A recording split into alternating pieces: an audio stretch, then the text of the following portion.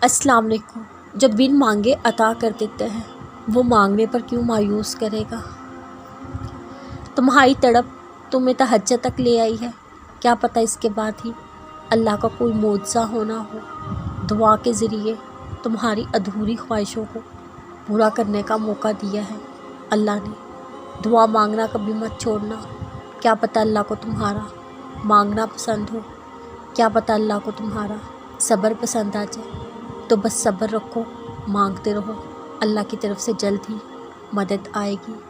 معجزے کرنا اللہ کا کام ہے، تمہارا کام صرف یقین کے ساتھ دعا مانگنا ہے، صبر رکھنا ہے۔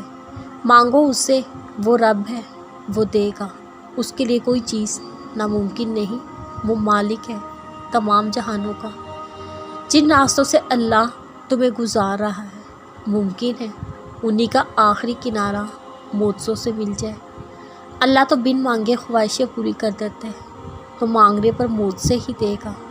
جن دعاؤں کی ابتدا تہجد سے ہو جائے ان دعاؤں کی تعبیر بڑی کمال کی ہوتی ہے۔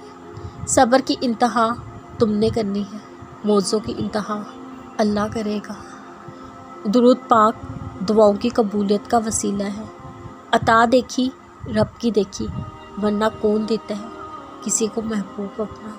ممکن ہے یہ انتظار دراصل تمہارے یقین کا امتحان ہے۔ تم جو مانگتے ہو دعاؤں میں وہی تمہارے صبر کا انعام ہو۔ اللہ تمہارے دل میں کچھ نہیں ڈالتا سوائے اس کے جو تمہیں دینے کے لیے تیار ہو۔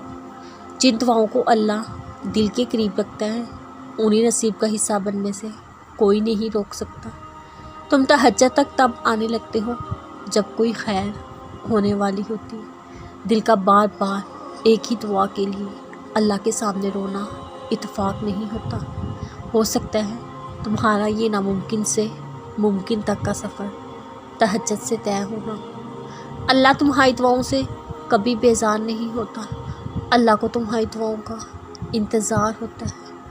تہجد سے یہ تعارف تمہارا بے وجہ نہیں ہو رہا، آخر کچھ تو ہے جو ممکن ہونا ہے۔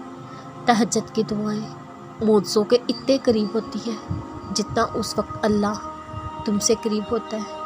جن ہاتھوں کو تم نے دعا میں اٹھا رکھا ہے ان ہاتھوں میں ایک دن وہ سب ہوگا جس کے لیے تم اللہ کے سامنے گڑ گڑاتے ہو۔ جو آنسو تم نے تہجد میں بہائے ہیں ان کا اللہ کے پاس کوئی تو صلہ ہوگا۔ اللہ جہاں سے چاہے نصیب پلٹ دے، اس کی قدرت تمہاری سمجھ سے باہر ہے۔